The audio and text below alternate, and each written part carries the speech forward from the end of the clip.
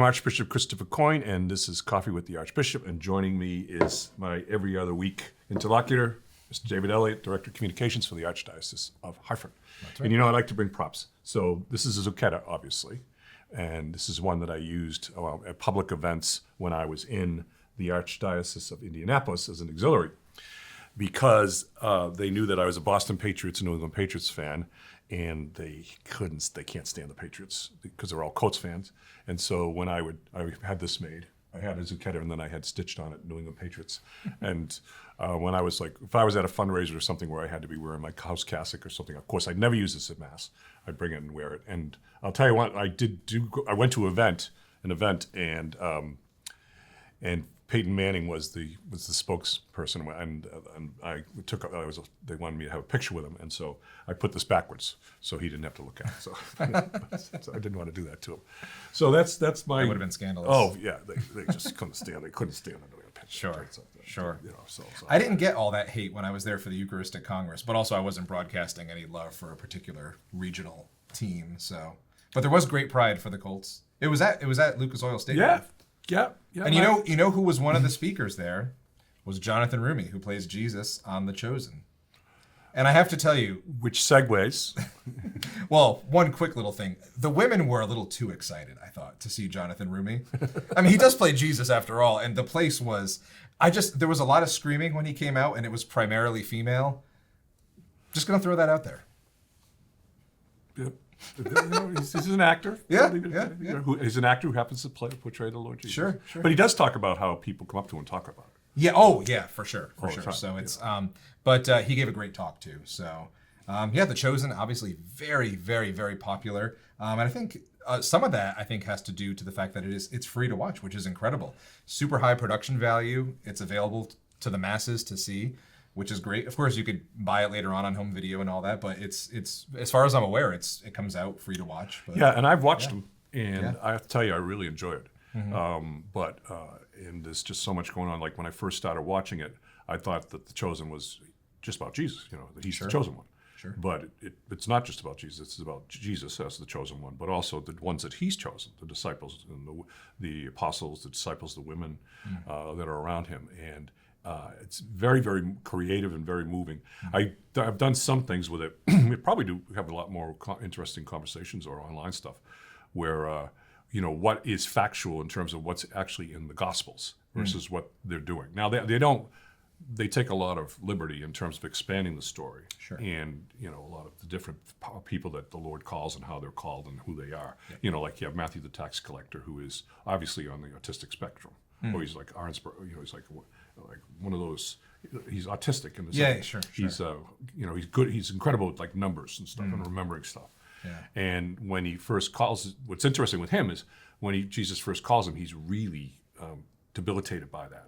But as the seasons progress, you can see that he's kind of moving out of it more and more. He's developing a way of relating with people. He actually looks people in the eye because, people autistic don't tend to look people in the eye. Sure. He's looking people in the eye, and you can see how he's being healed in the sense of it. We're learning to live with his disability and growing in it. But I think one of the interesting things is when you say to people, like we watch an episode and you say, okay, what's in the Bible, what's in the Gospels, and what's not in the Gospels?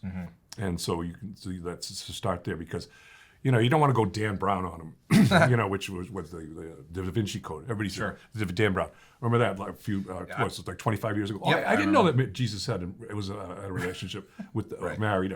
No, he wasn't. Yeah. Well, that's I read it in Dan Brown. Right. A work of fiction, right? Yeah. But I think it's interesting some of the liberties that they take on The Chosen because I think there's an operative reason behind it where I think maybe they're trying to make the characters a little more relatable while still staying in a particular lane. Do you think that's the rationale for it? Yeah. But again, some of it's really. I mean, there's one episode where I just get all choked up, and every time I see it, and it's when Jesus is sending out the disciples in twos to go out and spread the good news, and Big John, Little James he's handicapped. He's got a bad leg. And he's saying, Jesus sends him out. And finally he comes to see Jesus and he says, Lord, he says, why are you sending me out? He says, to heal. I haven't been healed yet either. I mean, why have you not healed me? Why are you sending me out this way? And he said, what better person to heal than somebody who is who's broken as well, you know? And I just kind of go, you know, Sure. But you know, and they do some great things where like aha moments, you know. At one point, they're walking and they're journeying along from a different place, and Jesus says, "We have to go off to this farm." They said, "Well," he said, "Well, just we have to go." So they go to this place, and the farm is in just really bad disrepair. And they go in, and there's a man there who's crippled, he can't farm, and his wife and his children. And you know, Jesus said, "We're here," and they brought food and all this, and they went out and kind of worked around the farm, cleaned it up, the apostles and then they sat down with the man, and then the man breaks down and starts crying, and he tells Jesus that that he did a horrible thing, how he was desperate, and he joined a band of robbers and waylaid a man on the way to Jerusalem and left him dead, and killed him and left him dead on the side of the road. And Jesus says to him, no, he did not die, because a Samaritan came along and took him and took care of him. And so he did not die. And the man broke down and cried and said, "Oh my God, that's one of the thieves who attacked the Samaritan." That's who he's talking to. And then the next day they get up and leave early and leave the man there. And the man wakes up and he's healed. Yep. So it's kind of twists like that. And like the marriage feast at Cana is with the couple, is you meet the couple and all the stuff that's going on, and Sure. and the different relationships with the Romans and the rabbis and all that other stuff. Is there something that you could compare The Chosen to, or do you think it's sort of a singular, in terms of the way the story is presented, is it sort of in a league of its own, you know? Like, is there anything that sort of comes close to the relatability and the detail and the sort of, the development of the characters? Well, I would and all say that? an initial version of this is Ben-Hur. Sure. Yep. You know, Charlton Heston? right, but the book, because Jesus is a character in there, and then they're present. He's present throughout the story in different ways, and at the end they're present for the crucifixion, and then Ben-Hur's mother and father are healed of their leprosy by the death of the cross and all that. But that's it's a fictional and very dramatic way of portraying the impact that Jesus had on people. So there are movies and stories out there that not directly about the Lord, like the King of Kings or Passion of the Christ or something like that. But he's tangential to it. Sure. But the main thing is about how he's affected. The robe, you know, there's the story about the people who have the robe that the Lord wore, and it becomes a miraculous healing robe and all that. So yeah, the story of the Lord does get played out in different ways. Yeah, I think it's very interesting to see. But it feels like The Chosen really has struck sort of a particular chord with its viewers. Why do you think that is? Well, I think it's because the disciples are so human, and Jesus is so approachable. I don't, you know, sometimes when the way the Lord has been portrayed in other times, I've been watching, I'll just go, oh, God, I can't believe they're portraying him that way. You know? Which one? I'm not going to tell you. Oh, come on.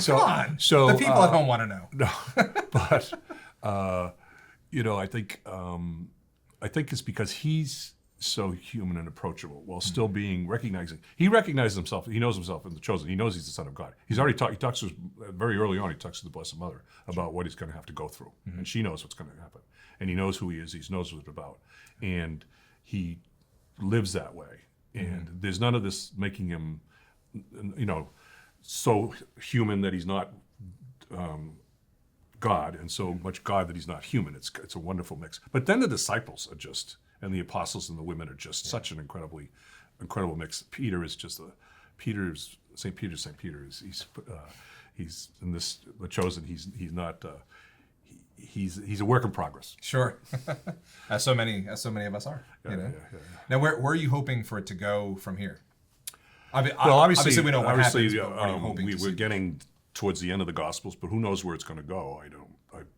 I'm not that much of a fanboy about it in the sense that I kind of pay attention to these things. But you know, they're at the Last Supper towards the end of the season, and that's where we are.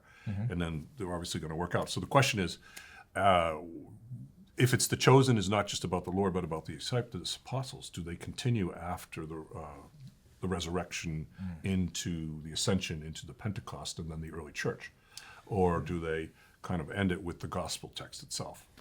Well, I think there certainly seems to be an appetite for them to keep going. So I guess we'll just have to wait and see. I'm looking forward to it. All right. Well, we'll be watching. This is Archbishop Christopher Coyne. Thank you and God bless.